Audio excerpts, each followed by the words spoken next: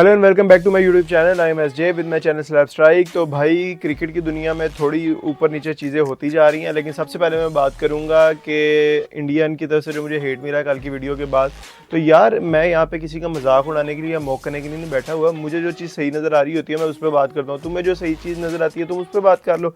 खैर तुम लोगों ने जो भी कहा मैं आगे से और ध्यान रखूंगा कि मैं किसी का मजाक वगैरह ना उड़ा सकूं। तो यार वापस आते हैं अपनी वीडियो की तरफ। सबसे पहले मैं बात करूंगा आईपीएल की। यार आईपीएल तो होना है नेक्स्ट ईयर, लेकिन अभी से काफ़ी चेंजेस आने लग गई हैं। टीम्स वगैरह का तो भी इतना आइडिया नहीं है कि कौन किस तरह होगा और कौन रिप्लेस करेगा, किसको रिप्लेस करेगा। लेकिन जो भी मेजर चीज़ें नज़र आ रही हैं चेंज हो रही है वो है कोचेज़ की। तो मैं देख रहा था पंजाब किंग भी जो उनसे है वो पंजाब वाले भी अपना कोच को ही चेंज कर रहे हैं और वो चाह रहे हैं कि इस मरतबा इंडियन कोई कोच आके लीड करे। देखें इंडिया ने जिस तरह की परफॉर्मेंस दी है ना T20 वर्ल्ड कप में, तो इसके अंदर कोई ऐसी दो राय नहीं है कि अगर आप अपनी मुल्क के से जो से आपके एक्स प्लेयर हैं उनको उठाएंगे, उनको कोचिंग के लिए बुलाएंगे, वो अपना एक्सपीरियंस शेयर करेंगे, साफ ज़रा कोई ना कोई रिजल्ट तो उसका निकल ही आएगा।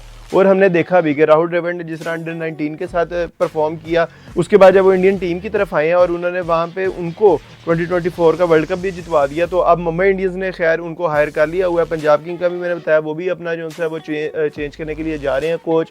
अगर उसके अलावा हम बात करते हैं, इसके अलावा अगर हम बात करें गुजरात टाइटन की, तो फाइनली आशीष नेहरा ने भी उसको गुड बाय करने के लिए इरादा कोई कर लिया। अब वो खुद से जा रहे हैं या उनको टीम की मैनेजमेंट जो सी है वो चेंज करना चाह रहे हैं, ये अभी रिपोर्ट्स नहीं आई कि कौन इनको चेंज कर रहा है। लेकिन यार आशीष नेहरा भी वो प्लेयर है जो थ्रू आउट अपने कैरियर में भी ना वो अंडरडॉग्स रहा है कि वो बहुत अच्छा बॉलर था, लेकिन जिस तरह का वो अच्छा बॉलर था ना वैसी शायद इंडिया की क्रिकेट तब नहीं थी और उसको वैसी जो सी एप्रिसिएशन नहीं मिल सकी इंटरनेशनल मैचेस में जिस तरह की पाकिस्तानी कम अज़ कम बॉलर्स को मिलती है या ऑस्ट्रेलियन फास्ट बॉलर को मिली हुई है। इंडियन फास्ट बॉलिंग अटैक को कभी भी इस तरह की जो सी है ना वो एप्रिसिएशन नहीं मिली।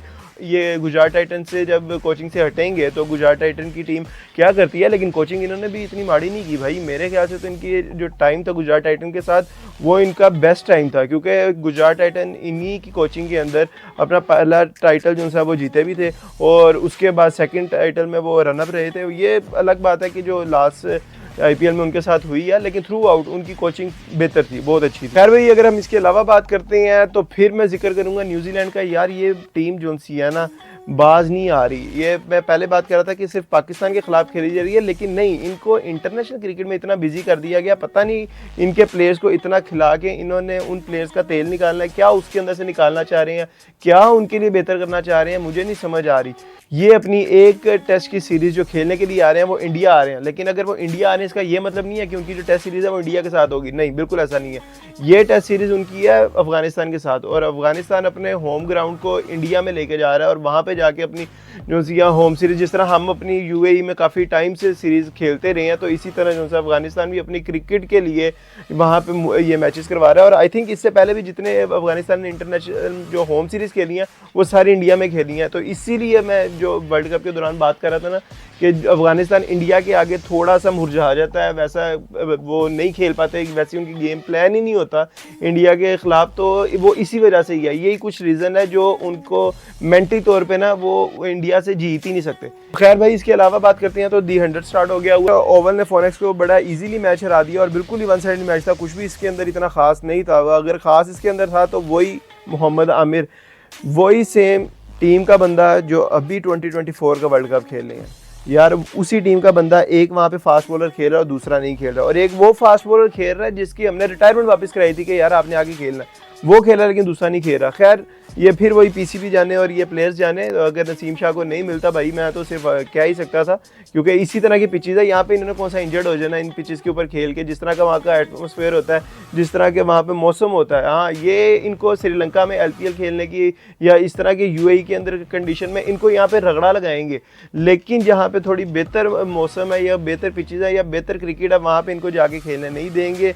ये फिर वो लोग बड़े बैठे हुए हैं। ठीक है, अगर उन्होंने ये फैसला कर लिया तो अच्छा ही किया होगा, हमारी क्रिकेट के लिए कुछ अच्छा किया होगा, लेकिन मुझे इसके अंदर कोई अच्छी चीज़ नज़र नहीं आ रही। तो अगर हम इसी मैच की बात करते हैं तो सिर्फ और सिर्फ मोहम्मद आमिर था भाई, उस बंदे ने 7 स्कोर दिया और 2 आउट किए, और वो भी 2 आउट ऐसे किए हैं कि बना के बॉल को और शार्प टर्न के साथ। मतलब कि एक टाइम पे ऐसा था कि 2017 में जो हमने आईसीसी चैंपियंस ट्रॉफी इंडिया से जीती थी ना, जब वहाँ पे बॉलिंग की थी ना, वो वाला आमिर मुझे कल नजर आया। ये अलग बात है यूएसए के खिलाफ जो उन्होंने सुपर ओवर किया था, 17 रन दिए थे, वो भी भुलाए नहीं भूलता हमें।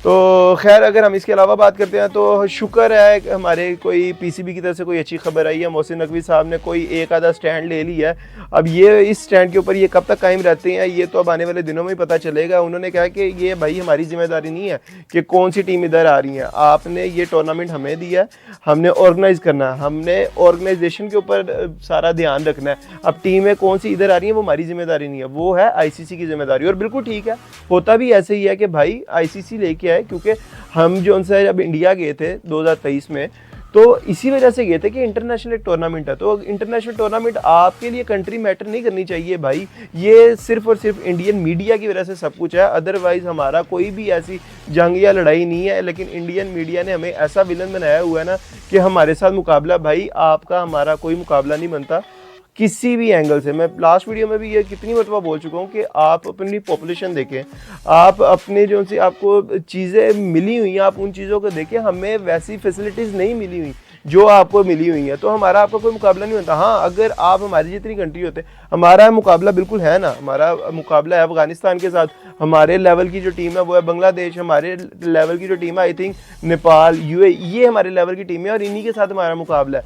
ये राइवलरी होती थी पहले किसी दौर में, जब हमारी टीम भी इतनी कैपेबल होती थी कि वो इंडिया को फेस करते थे और उनके हाथ पाँव नहीं फूलते थे, बल्कि उल्टा होता था। आप अभी भी रिकॉर्ड निकाल के देख लें, जितने हमने टेस्ट मैचेस जीते हैं, जितने हमने वनडे जीते हुए हैं, जितनी सीरीज आप रिकॉर्ड देख लें, still Pakistan for away from India, अभी भी हम बहुत उनसे आगे हैं। तो खैर ये फिर वही बात है कि अब इंडिया आएगा नहीं आएगा ये तो आने वाला टाइम ही बताएगा। और आई नो कि इंडियन मीडिया ने जैसे जैसे ये टूर्नामेंट नज़दीक आना है, हमारे यहाँ के जिस तरह के भी हालात हैं उनको और प्रोमिनेट करना शुरू कर देना।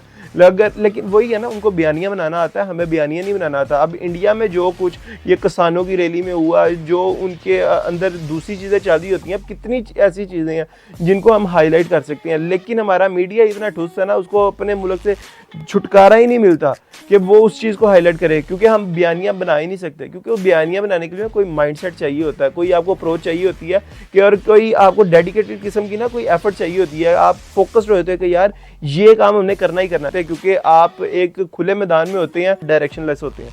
तो खैर अगर हम इसके अलावा बात करते हैं तो भाई पाकिस्तान वुमेंस जो हैं वो सेमीफाइनल के लिए क्वालिफाई कर गए हैं एशिया कप में। और सिर्फ ये क्वालिफाई नहीं किए भाई, इन्होंने अपने दोनों मैच आखिरी बड़े अच्छे खेले हैं और मेरे ख्याल से तो ये इनकी अभी तक की बेस्ट परफॉर्मेंस थी। लड़कों से तो मुझे कभी कोई उम्मीद नहीं है ना आने वाले टाइम में, लेकिन लड़कियों ने मुझे थोड़ा हैरान किया। हालांकि मैं इतना उनसे नहीं कर रहा था एक्सपेक्ट कि भाई ये इस तरह की परफॉर्मेंस भी दे सकते हैं, लेकिन उन्होंने बहुत अच्छी परफॉर्मेंस दिया। और उन्होंने जिस तरह ये मैच खेला, और ख़ासतौर पर यूएई के खिलाफ, वो हम चले सेमीफाइनल में तो हम क्वालिफाई कर गए हैं, लेकिन जिस तरीके से हमने क्वालिफाई किया एशिया कप में, ये रिकॉर्ड हो गया कि अभी तक कोई भी टीम ऐसे नहीं थी कि जो 10 विकेट से कोई भी मैच जीती हो। तो फाइनली पाकिस्तान ने ये पहला नाम जो सा पहला इनाम इनको ये मिला कि ये पहले नंबर पे आ गए हैं। तो लेट्स सी अब हमारा सेमीफाइनल में मैच किससे पड़ेगा वो अब आने वाले टाइम में पता चलेगा। लेकिन मेरी पाकिस्तानियों से गुजारिश है कि भाई आपकी मेहरबानी है, वो खेल रहे हैं उनको खेलने दो, उधर तुम ना जाना, मैच ना देखना, चाहे सेमीफाइनल हो चाहे फाइनल हो। हाँ, अगर खुदा ना ख्वास्ता ऐसा हो गया कि इस तरह का कोई मौजज़ा हमारी आंखों ने देख लिया कि पाकिस्तान ये टूर्नामेंट जीत गया, तो फिर आप ज़रूर जो है उनको खुशामदीद करने के लिए वहाँ पे चले जाना, या उनको जो भी दुआइयाँ या कोई भी ट्रेंड ट्विटर पे चलाने हैं तो वो तुम कर लेना, लेकिन तुम्हारी मेहरबानी है भाई मैच ना देखना। तो भाई आज के लिए इतना ही, इंशाल्लाह आपसे मिलेंगे नेक्स्ट वीडियो में। तो अगर अभी तक मुझे बर्दाश्त कर रहे हैं, इस चैनल के साथ जुड़े हुए हैं, तो चैनल को लाइक कर दें, शेयर कर दें, सब्सक्राइब कर दें। इंशाल्लाह आपसे मिलेंगे नेक्स्ट वीडियो में, तब तक के लिए अल्लाह हाफिज़।